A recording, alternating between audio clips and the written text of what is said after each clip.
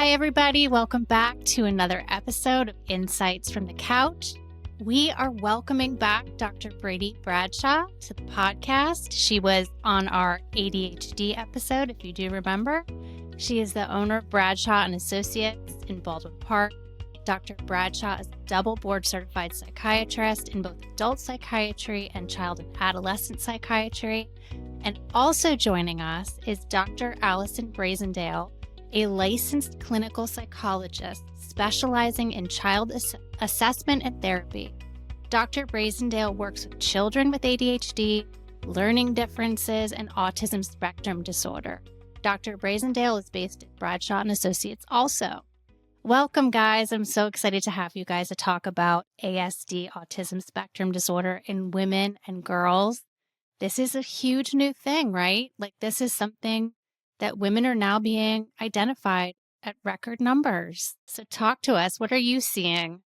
We are definitely diagnosing more. And I know in my practice, I'm hearing more parents coming in and bringing their daughters with a concern for autism, or even adult patients coming in and saying that they think that they have autism. So I think there's more of an awareness, and people are starting to present with that question a little bit more frequently, maybe, than we saw in the past. There is still a huge underdiagnosis in women and girls with autism. So especially for what we would call like high functioning or high camouflaging, higher IQ patients, a huge underdiagnosis is still there, but we are seeing it more, which is good. Can you guys explain a little bit about why this is so often underdiagnosed, misdiagnosed in women and girls in particular? Yeah. So I think that, especially when I was getting my doctorate, I think autism was, thinking about those kids who don't make eye contact and are having self-injurious behaviors or are nonverbal. But what we have found is that actually, the diagnosis is so much more vast than that. And it's really about a different variation in the way that they think, right? And just because you don't make eye contact doesn't mean you don't have autism. And I think that's one of the main things that I see is when a parent comes in, they're like, oh, well, they make eye contact with me, so it just can't be autism, right? But the diagnosis is, there's 7 different criteria that you have to meet in order to be diagnosed with autism. And eye contact is part of what we call A2, which is nonverbal difficulties. And that can include anything from eye contact, how close you stand to other kids, understanding nonverbals, perspective taking nonverbally. So it's just so much bigger than that. So I think that in the past, maybe these girls were diagnosed with, oftentimes, I know Dr. Bradshaw and I see a lot, oppositional defiant disorder because they're really strong-willed, or ADHD because they're so impulsive, but that doesn't explain everything.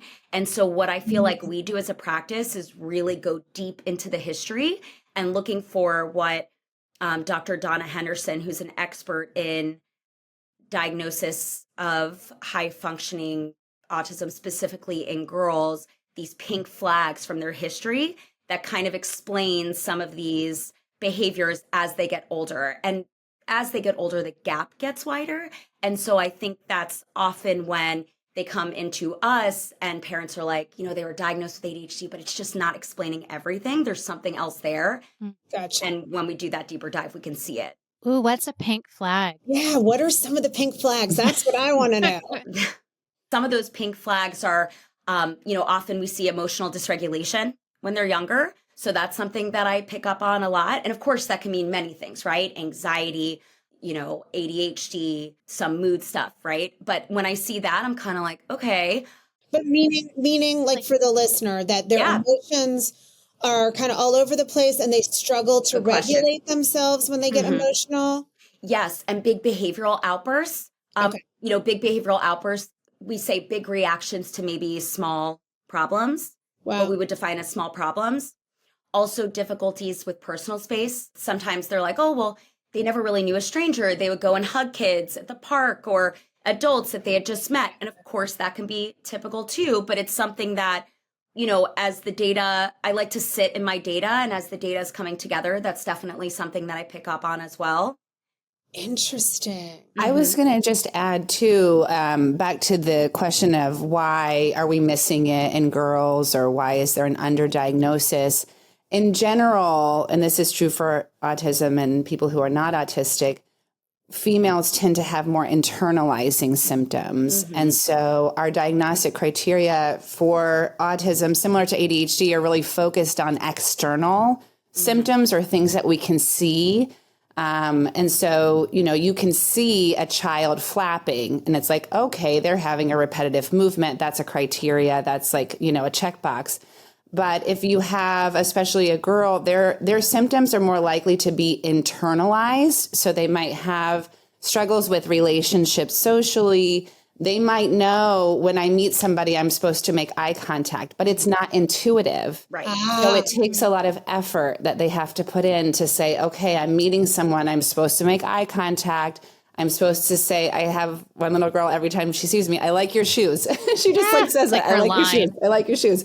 So it's I'm supposed to say something socially lubricating. Right. But it's effortful. Tilted. It's not intuitive, and it requires some effort. And I think that also sort of hints at, or sort of suggests that it can be an internal struggle and like very draining for these kids, even if they can present on the outside like they have it together. It's a lot of effort to make it look like that on the outside. And speaking of effortful too, and that's a really good point, a lot of those things that, even in having reciprocal conversation, they can absolutely, specifically on things that they really enjoy and their interests, but they know by watching TV and watching other people that you are supposed to ask questions, but again, can be very effortful. And when I am testing an adolescent female who is on the spectrum, and I ask them about that, they say it's very taxing. It takes a lot of effort. It's not natural for them to do that, but they know they should. And so that experience can be really exhausting, and just it doesn't feel good. So that, yes, I totally agree. That was a good point. Takes a lot of effort. And then are these, like, let's say I'm a mom of a girl and I'm not sure if some of this is applying. Is one of the things I might see that's perhaps a pink flag really struggling with social friendships, maintaining those social friendships in a fluid way? Yeah.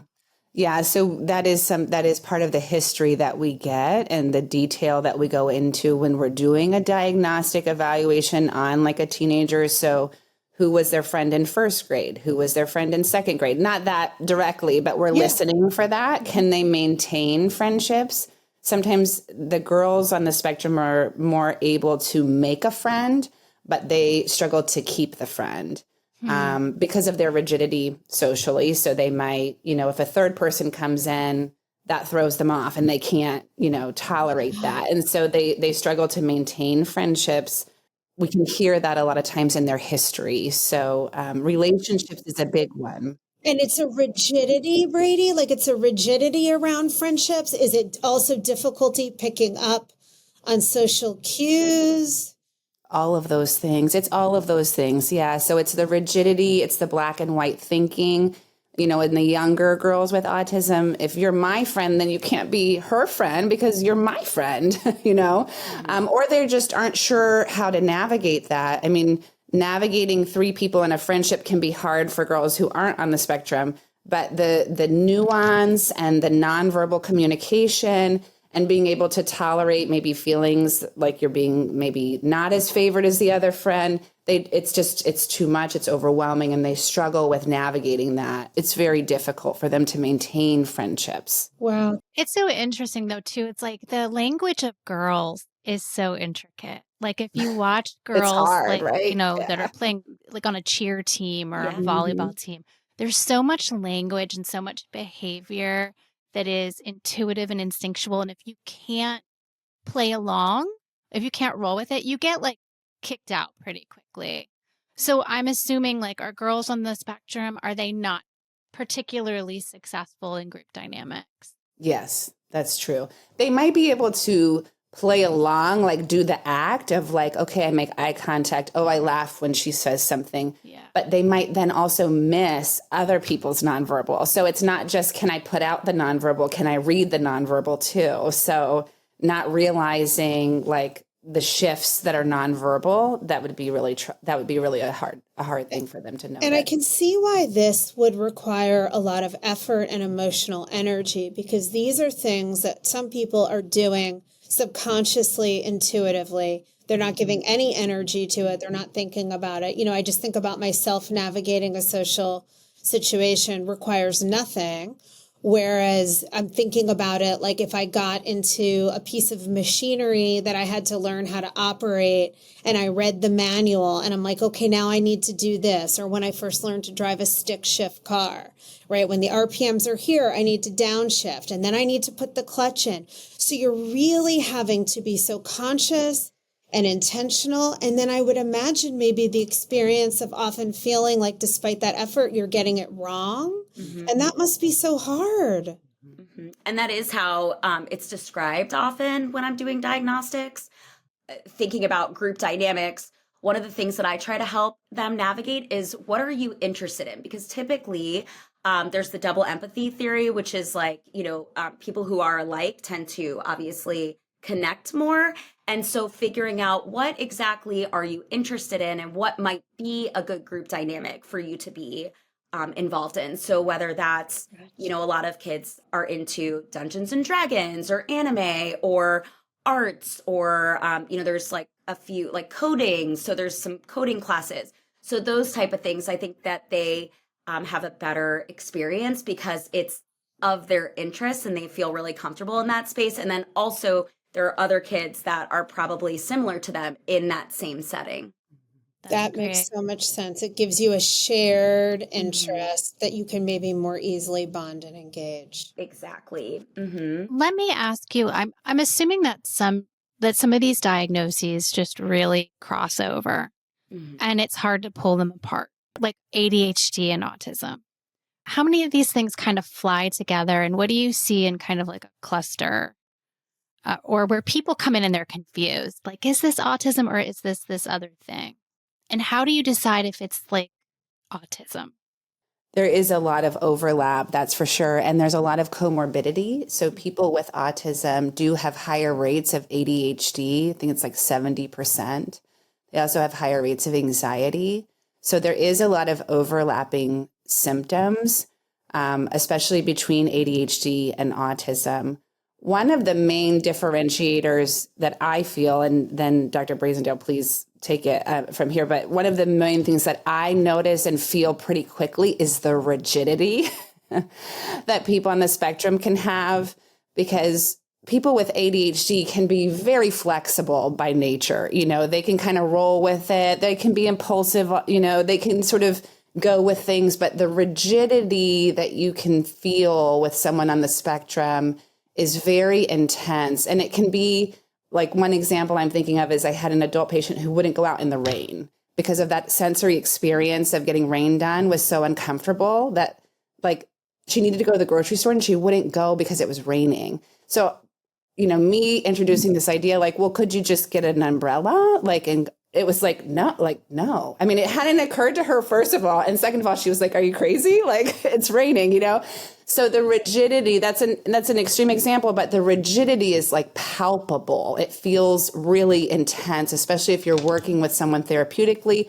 or you're a parent trying to coach a kid to go do something that they don't want to do. That rigidity is very intense. It's not easily swayed. Like, oh, well, we'll go to Target afterwards if you can come with us to this restaurant. It's like, no dice, Okay, so I have a question.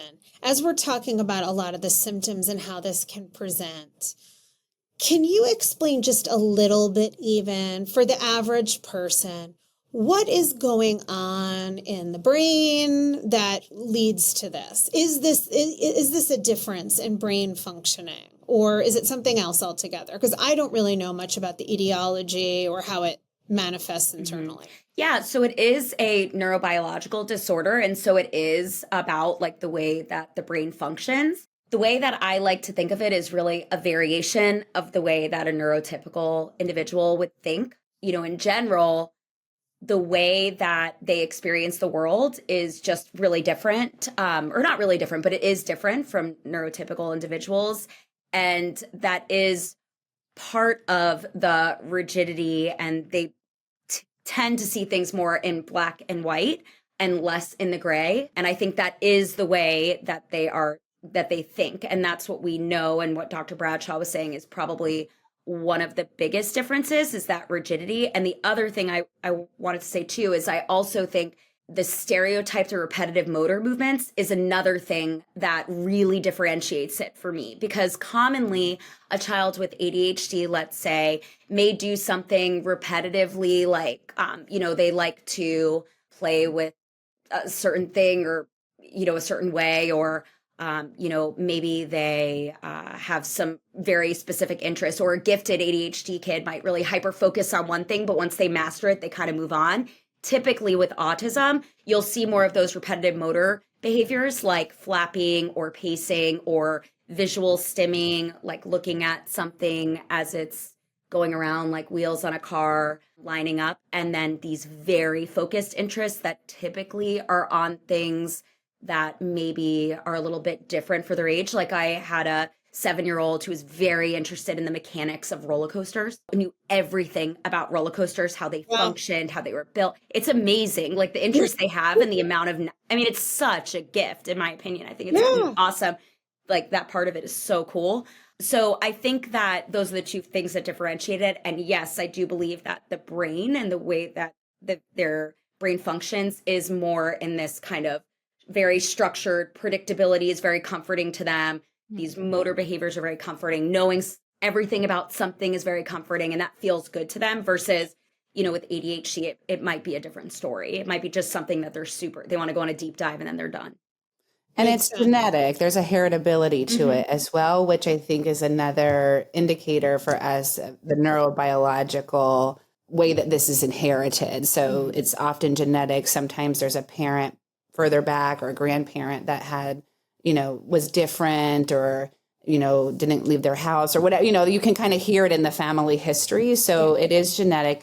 We think it's related to mirror neurons. We don't totally understand the entire story, but there's some involvement of mirror neurons, which are probably part of that social handbook that we were all born with that they didn't get, And so that's some of the theory. Like most of psychiatry, a lot of it is theory that we're trying to understand better.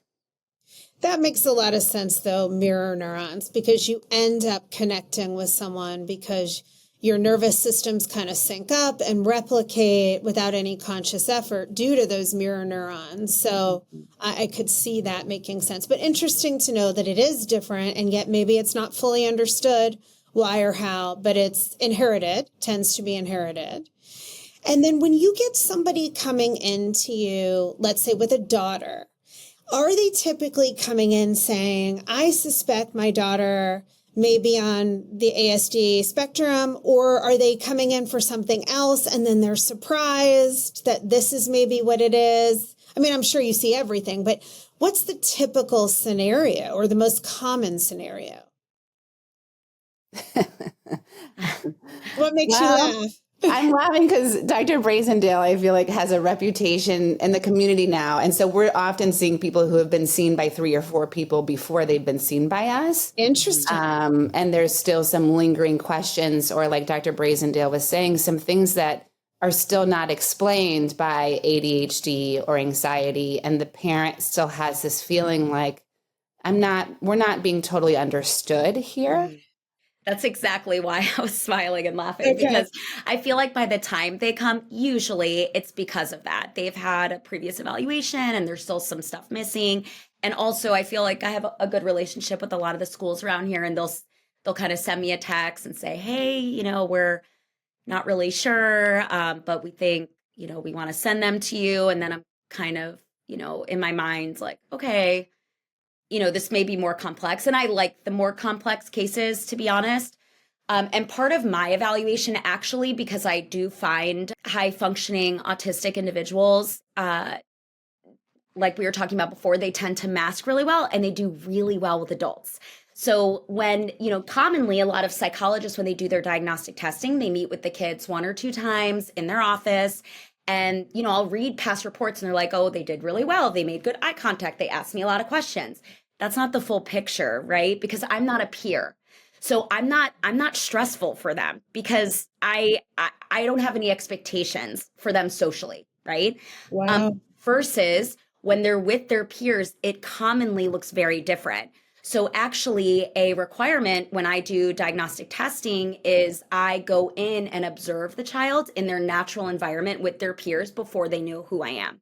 And so if I'm doing an autism diagnosis or diagnostic assessment, I will go to the school and I will do an observation, not in the classroom, because if it's a dual diagnosis, maybe ADHD, I'll do half and half classroom, but where I really want to see them is in that naturalistic peer environment, lunch, PE, recess, those environments. I want to see what they look like when they have to socialize on their own with their peers. Wow. Not sitting next to someone that they had to, right?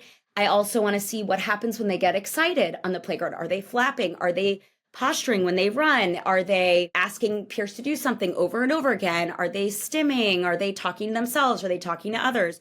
So that's a super important part of my evaluation. And I think that gives me a lot of data.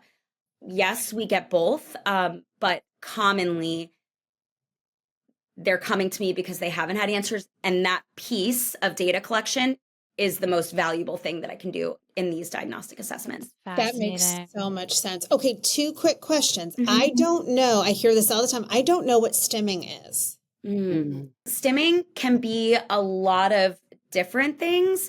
Stimming can be things like we all stim, right? It's a repetitive movement and behavior. So my stim is I bite the inside of my mouth. That I don't know. It's an anxiety stim. It makes me feel calmer. Some people pick their nails. That's a stim. People can bounce their legs. That can be considered a stim. Or commonly in autism, it may look like flapping, or they may take an object, like I said, and look at it from different angles. That's a visual stim. So it's a repetitive kind of unconscious behavior that is just constantly happening. I'm trying to think of what I do as a stim. It's usually in an effort to soothe. So it usually happens when they're overstimulated. So like if they're excited or they're in an overstimulating environment, it's a way that they're able to soothe their nervous system is to have these repetitive movements. So sometimes it's even just like little finger movements that they're doing with their hands in their lap. So it's not very obvious. Could be vocal stems. What's a vocal stem? What might be a vocal stem? So it could be like grunting repetitively or saying specific noises or just making noises repetitively with their mouths. So oftentimes it can look like a tick too. Yes. And so teasing that apart is also can be challenging. Same with OCD. Okay. And this is a way to like down regulate your nervous system, seek comfort, self-soothe. So then overstimulation is also a part of this. Often getting easily overstimulated by social environments or? So that's the sensory piece that we see. That's part of the diagnostic criteria for autism, that they tend to be either hypo or hypersensitive to different sensory experiences. So loud noises or bright lights, or the grocery store is like hell for a lot of these kids, so, or, too much chaos in a classroom, or something that's really, really exciting. So, I think a lot of people in the common knowledge about sensory experience can be like tags in clothes, or that socks don't feel right, or shoes don't feel right, jeans, textures of fabrics, so there's a lot of sensory challenges, and we see more sensory issues in girls. And so that can be another pink flag compared to boys. They tend to be much more sensory sensitive. Smells are a big one. They can be very sensitive to different smells. And that can contribute to a feeling of being overstimulated. And that might be when you see some of that stemming behavior. Sorry, I was just going to say food, eating. Oh, right. Rituals and sensory differences related to food. Or rigidity around eating. Yeah, like certain foods. Really? Yeah. I mean, I'll just disclose this. Like my father is probably on the autism spectrum and was never, back in the day, was not diagnosed. He was just kind of a introverted chemical engineer, right? And then I married probably the most ADHD human on the face of the earth, and we reproduced. So you can imagine what my kids are like. It's just, I have two that are probably ADHD, ASD combined, very high functioning, very high masking, but I live with all of this stuff. Mm-hmm. And it's fascinating to watch the genetic coil kind of unravel in retrospect. Like even because my one cousin's son is fully on the autism spectrum. And I even watch him in meetings and he'll grunt, he'll go, mm. And I'm just looking at all of us and I'm just like, I see it now so clearly, but I didn't see it. You know, when you're living it forwards, it's hard to understand what you're looking at. But now I do understand. One of the things I wanted to ask about is the stigma. Are people coming in like afraid of this diagnosis, not wanting it, especially if they have high masking kids where like by all intents and purposes, they're doing well in school. They're pretty well, everything's fine, but it's not fine, but it's fine. Are they wanting this diagnosis or are they pushing against it? So I see a little bit of both. I will say that as there's been more highly successful individuals coming forward and, saying that they're on the autism spectrum and, with this kind of neuroaffirmative push, more the social model versus medical, which I, really believe in. And I also have been doing this for, 15 years or so. And I feel like autistic people are my favorite people. I just find them really amazing and awesome. And I also have several family members on the autism spectrum who did not get diagnosed until much later, my uncle, my cousin. And there's a lot of phenotype in my family too. But anyway, I feel like there is both. And, oftentimes Dr. Bradshaw and I will recommend this book, the book that, Donna Henderson wrote. It's called Is This Autism? And it is a very neuroaffirmative book about high functioning autism. And it takes the voices of autistic people and it puts it in the book. And they explain from their voice how each of the diagnostic criteria feels within them. And I think it's a very positive experience for parents to read that, especially when that's on the table. And I try to, during an intake, I do a 2-hour, very thorough intake. If I do hear these pink flags, that is like a homework assignment I assign to the parents to say, hey, I want you to read this book and I want you to see what resonates with you, because that kind of sets up the neuroaffirmative process for this diagnosis. And I think it does feel comforting and good to read about, these like chemical engineers and CEOs of large companies, surgeons, these very focused, very successful individuals in their craft and how they're so successful, and also on the autism spectrum. So I do feel like the stigma is less, but it's definitely still there. But I do think there's a big push. I know on TikTok, there's a lot of teenagers. I forget what they call it, but I don't have TikTok, but maybe Dr. Bradshaw would know better than me. Yeah. But I know that they call it something where they want to be on the autism spectrum because it's part of a community, which I think is cool. I think it's become kind of en vogue among younger people, particularly right now. Mm-hmm. So I'm curious, as you say this, I have a client who comes to mind who's an adult female. And obviously, this is not something I know a lot about, hence my questions. I can think of clients who probably fit some of this, but it's not something I'm super plugged into. And this particular female client was recently diagnosed being ASD. I never in a million years would have guessed that by any way she behaved or presented, just with my kind of very average, rudimentary, probably stereotypical, other than taking psychopathology and like the brief dive into it in the DSM. This is not really something I've thought about much since then, 15, 20 years ago. So what does it look like in an adult woman who maybe hasn't been diagnosed? And I'm sure there's variability, but let's say a high functioning adult woman who may be ASD and not realize or have suspicions? I think that's such a wonderful perspective that you're bringing, because what I was thinking of when you were describing her, the banner issue, I feel for folks on the spectrum when they present to a therapist, is feeling misunderstood. Yeah. So you don't need to be knowledgeable in autism to help someone feel understood. And so if I had an adult present with autism as a therapist and I was kind of working with them, I would really want to be so curious and hold space for her.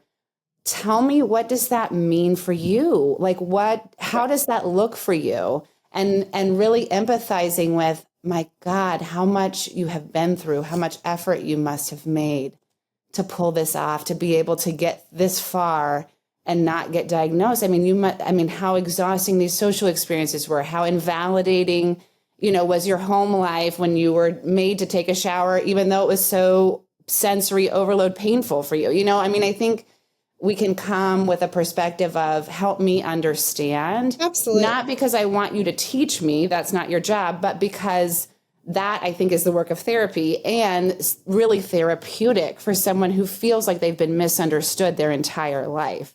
I think when they present to you, they might look neurotypical and look like there's no autism underlying, but if you give them permission to open up about their experience, you might see more as they become more comfortable with you, that you're a safe place. And like, if they need to stem, they can stem. I have somebody who sits in different colored lighting now, so it's almost like giving permission to sort of, you don't have to camouflage here. If you need to turn your camera off because my eye contact is freaking you out, that's okay, but just sort of asking, what does this look like for you? And, being really sensitive to their experience and their inner experience. I mean, that all makes perfect sense.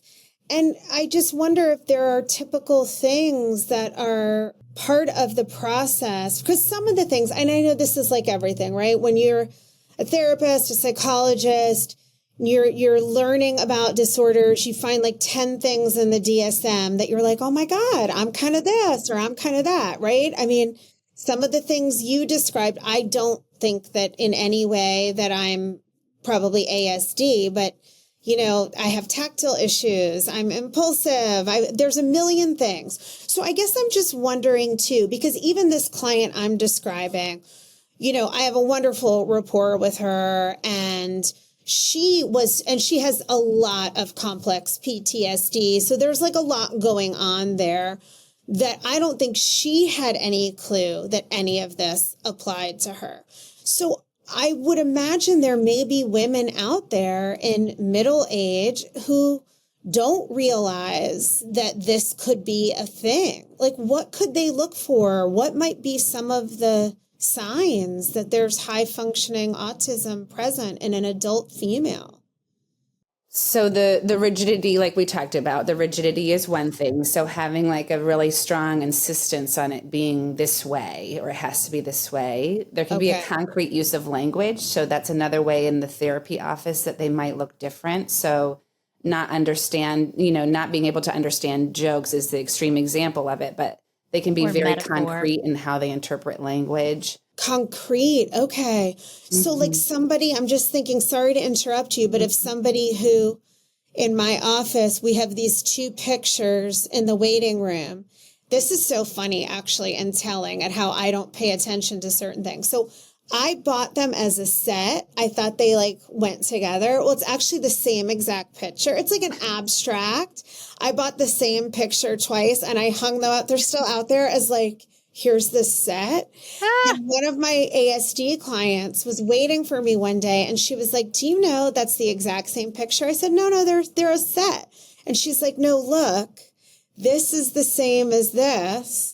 And I was like, wait, what? And I'm like, oh my God, I bought two of the same picture and tried to make it like an artistic moment. But like in a million years, I wouldn't have noticed that. I'm just like, oh, this is pretty. Here, grab it. Right. But like she had zoomed in on it and like found this thing and was like, these are the same. Right. So is that some of the like honing in on things? And Yeah. So interesting. And can I also say, is it just a little bit of a felt sense? I mean, I know we all have our diagnostic criterias and we have our checklists and we have to do a lot of good information taking and history taking, but is there a felt sense? Just like a little bit of space between beats, a little bit of like woodenness, or that you're just like, oh, or am I making that up? Yeah. No, that's part of the diagnostic process for autism is what I use is something called the ADOS. It's the Autism Diagnostic Observation Schedule. It's been coined kind of like the gold standard of autism testing, although it does miss many girls. So there's a lot of controversy kind of surrounding that. But I do find it a helpful measure. But one of the things that you code on in the ADOS is reciprocal communication, and then, kind of this like social initiation or overtures, like how does it feel? And so kind of what you're saying, if I'm dropping a bid and I'll say something like, oh, I'm going on vacation next week, right? You would expect oh, the where are kids you to be going? Yeah. So if there's a little bit of like, and then there's that awkward silence, and then it's, oh, where are you going? Or, Dr. Bradshaw and I had a child that we were sharing, and we like to co-treat as well because it's really helpful to be able to bounce ideas off each other, especially when there are these more complex, high-functioning cases. And she seemed very social, but then lacked depth. And so that's something that you would just expect a little bit more from. So in that way, it is a shared experience, right? Like you're answering the questions, but there's not like more to it as we're peeling away the onion kind of. So yes, that is definitely something that I look at. I drop a lot of bids to see what's picked up, like breadcrumbs, And I think for adults, if you're thinking about adults, especially the concreteness when you're especially trying to do therapy where you're asking about, well, some kind of deeper meaning or like their inner experience, and it gets brought back quickly to whatever the concrete facts are. And it can have a feeling to someone who's not on the spectrum and in the room with you therapy. I'm kind of like, why are we back here? Like, wait, no, I'm trying to connect a meaning here, So that depth and meaning piece, I think it can feel harder to get to sometimes. Because they're so focused on like the black and white, like data points of like, well, but this is the reality. I can't pay my mortgage or whatever it is. And it just keeps coming back to that. And it feels like you're hitting a wall almost. Oh, I bump into that in couples therapy for sure, especially with the type of couples therapy I do, emotionally focused, that is a lot about exploring your inner world and nuance. And what does that mean to you? And, having a lot of people from like Lockheed and engineers and surgeons, and they just don't have, and some of them ASD may be a part of it. They just don't have much there. And the last thing I want to do is, pursue someone for something that isn't in their natural repertoire. But that can be a challenging connection. So I feel like I would be remiss to not ask you a little bit about the relationship frontier, because I would imagine that it may be challenging to be in a relationship, someone who's more classically neurotypical with someone ASD. Do you see that can be a struggle? Because I feel like that's probably showing up in my office, probably even more than I realize. Yeah, I do. I think that, going back to, the friendship and relationship piece, it can be hard to navigate and, look at perspective taking, right? So how does someone else feel in this situation? And that concreteness of like, well, no, because that doesn't feel good for me, or I don't want to do that. And so the answer is no, versus like, okay, the answer is no, and I can maybe be flexible and try to think about it a different way. I think that is something that can be more challenging.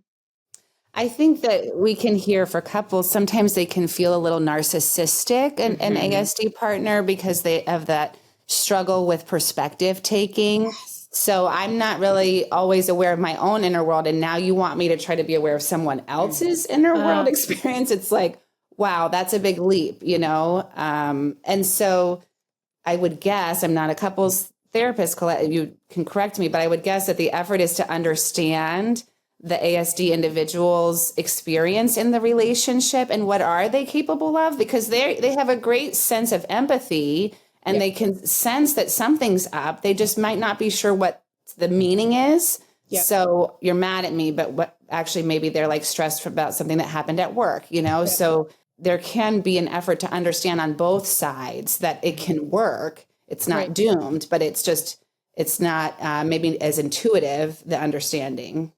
Yeah, I think it's really important. I've had multiple people when their partner or spouse has been diagnosed ASD say it's such a relief because now at least I may not take certain things as personally. You know, sometimes people who are really emotionally fluent and attuned, they're coming in going, what is this response? Like, what the fuck is wrong with you? I say this heartfelt thing, and then you look at me with a blank stare, like, fuck you. You know, they're so offended and hurt by it. And if this is at least part of what's at play, and there are a host of other things that can be factors too, of course, but if ASD is part of it, then it's like, oh, okay, you know, you're not caring. You show caring differently, and let's work on this as a team so that we can understand each other with a little more explicitness and grace. Mm-hmm. Mm-hmm. To that end, I'm wondering, what is it? Because I'm thinking about it, even the work I do with my own children in my house is the role of the therapist with a client and what people on the spectrum can really get out of therapy. Because I do a lot of, you know, I have very black and white thinking children, right and wrong. And I'm lending out a lot of my gray brain, you know, of let's think about it this way. Can you take this particular perspective? What kind of meaning I'm making this meaning. What meaning are you making? I'm doing a lot of that work all the time naturally. Is that something that people with ASD can work a lot on in a therapeutic relationship and have somebody to sort of bounce that off of? Yeah, absolutely. I think those are all, you know, things that I do in my own practice, a lot of what you're saying. I also think that, you know, I feel like back in the day when we were first, you know, diagnosing or before we had a lot of knowledge, there was a lot of push to change autistic individuals to look neurotypical. And that is no longer, at least how I do therapy. I know at our practice, we don't do that because ultimately sometimes it's a them problem. Like if it feels uncomfortable for you that your child isn't making eye contact with you, why is that uncomfortable for you, right? Because if it feels so uncomfortable for them and that's not part of how they like to experience the world, why are we making them make eye contact, you know? And so I think a lot of what I do too is like perspective taking, like, yeah, look, if eye contact doesn't feel good for you, don't make eye contact. Or if stimming feels great for you, stim. However, here's how other people might interpret that. And so you just think about that as you're doing it, because that's the knowledge I feel is, you know, you need to do what feels good for you, just like we would do for anything, right? So someone who's having a panic attack, if you're having a panic attack and you're having a panic attack in front of a lot of people, here's what it's going to look like to the outside world, even though this is your internal experience, it's kind of the same thing. Yeah. So how do we do that differently or not? But then kind of accepting that this is what feels good for you and feeling fine about it. Right. Mm-hmm. So I think that's a big part of what I do too. You know, but I think flexibility teaching is important because, like we do a lot of work around cognitive flexibility, and I think that's good for anyone. And that's good for everyone. Yes. And how if you are black and white, here's how other people are going to experience that. Yeah. Yeah. You know? Oh God, I'm married to someone who is like the king of black and white, concrete and rigidity, whatever the heck. In fact, I'm thinking maybe I need to have him come see you guys and just take a little test. Actually, to that end, sorry, Steve, you'll be hearing this live on YouTube.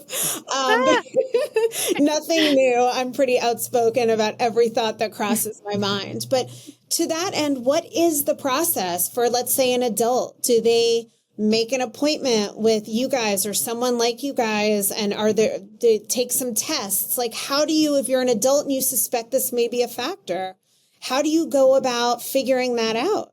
So it is a clinical diagnosis similar to ADHD. So there can be, a psychologist or a neuropsychologist who might do formal testing for autism. You could also see a psychiatrist, an MD, who specializes in diagnosing adults with autism. Usually that means they have some background in adult psychiatry and child psychiatry because it's neurodevelopmental. So the child psychiatrists tend to get a little more training in that background. Right. But you certainly, if you were seeking to understand more or you suspected some type of neurodivergence, you would want to make sure that the person you're making an appointment with has experience and a reputation for knowing how to diagnose adults with autism, because it's not every psychiatrist and every psychologist. It definitely can be missed. Okay. And that is something you all do, correct? Not just children, but also adult diagnoses. I do. Dr. Brazendale does it. Okay. Yeah, I do up to 18 typically is where I feel the most comfortable, but I have other colleagues that are psychologists that do it, and then Dr. Bradshaw does it as well. Right. And Dr. Bradshaw, you have that dual board certification, right? Child psychiatry, adult psychiatry. So that's that important criteria. You want to really make sure, like so many of these things with therapy too, right? You don't want to go to someone, well, I was going to say something, but some people may not like that. You don't want to go with someone with if they don't have trauma experience. Let's just leave it at that, right? If you have complex PTSD. So it's really important to find the right professional. And it takes time. And it does take time. I don't, if I'm doing an evaluation like this, it's an hour and then I might be seeing you at another hour and it might take me to hour 3 or hour 4 before, not that that's all part of the evaluation, but I'm getting to know the person. And then I'm seeing like, okay, there's like a either there's a concreteness that we're not getting past, or like there's some sort of nonverbal issues I'm picking up on that like weren't just anxiety about a first visit. So it takes time. There's a lot of overlapping symptoms with other disorders, like we mentioned. I'm glad that there's more out there on social media, on TikTok and all of that. And so when patients bring it to me and say, I saw this on Instagram and now I think I have it, I take that really seriously. It's not like I'm going to say, oh, well, if Instagram said it, then you do. But I'm like, okay, like what is that resonating with? Because I may not be seeing it all. I might not be seeing inside what's going on for you. So tell me about why that resonated. What did you notice? So it can take some time to get to know someone to make the diagnosis also. Sometimes for women, especially if they have a history of multiple diagnoses. So this doctor told me I had borderline personality. This doctor told me I had oppositional defiant as a kid. This doctor told me I had bipolar, So if I start to hear multiple diagnoses, that's another thing that I'm like, okay, maybe we've missed one, underlying, unifying diagnosis here with autism. Mm-hmm. That's fascinating. And just to kind of like end on more of a positive note, like what are some of the really cool things about people that have ASD, and especially some of the unique things you see, their abilities or strengths? I mean, like I mentioned before, the fund of knowledge that they have about things that they're interested in it's just absolutely incredible. And the way that they can interpret the world, I think, is also pretty amazing. I say this often because oftentimes they know when to be like, no, I don't want to be in this social situation, which I think a lot of times, even for myself, I'll push myself into situations where I'm like, oh, well, I need to go talk to these parents, or I need to go to this birthday party, where I would rather just be at home and recharge. And I think they have honestly, like a better handle on that. And I think that's a really admirable thing. They're extremely intelligent. And I think that the way that they can focus on a craft is, unmatched. It's very, very cool. Wow. You can definitely see like a giftedness in certain areas and different people. And it depends on the individual, of course, that is stunning and, can bring tears to my eyes sometimes when I'm hearing them talk about something that they've come up with. It's usually uniquely creative and just blows you out of the water. Yeah. Yes, I've seen that too. And I think it's this fine dance between learning how to be in a world full of neurotypical people and also really honoring your own, Mm-hmm. the way your brain works and the way you need your environment set up and moving between those two things. But I'm glad we're talking about it, and I'm glad it's out there more and that people are being able to understand themselves, because there's nothing worse than like being diagnosed with like 4 different things and going, what the hell is going on with me? Mm-hmm. And like you all said, the experience of being misunderstood is so painful and so isolating. So I think it is really important that we all understand it better and make space for everyone to feel more understood and have permission to be who you are, right? And if other people don't like it, tough shit. Yeah, exactly. Perfect way to end our time together. Ladies, thank you so much. I have learned a tremendous amount. It's fascinating. It's so important to understand. And I know our listeners will have too. We're so grateful to you for your time and expertise. And of course, if people who are local or in Florida, right, can make appointments with you all if they would like to. I mean, I know you don't have a ton of free space, but is that something that it's okay to say? Yeah. Oh, yeah. Yeah. Mhm. Absolutely. Okay. Thanks for Okay. So having we'll- us. I really do. Thank you. We are both very passionate about raising awareness around this topic. So we appreciate you guys giving the time to it and letting us talk about it. Yeah, I think it's really important. And we'll link to how to get in touch with you in the show notes. And everyone listening, thank you so much. If you have questions for us, please reach out to us at info@insightsfromthecouch.org. We hope you got some valuable insights from our couch today, and we will see you next time. Bye, guys.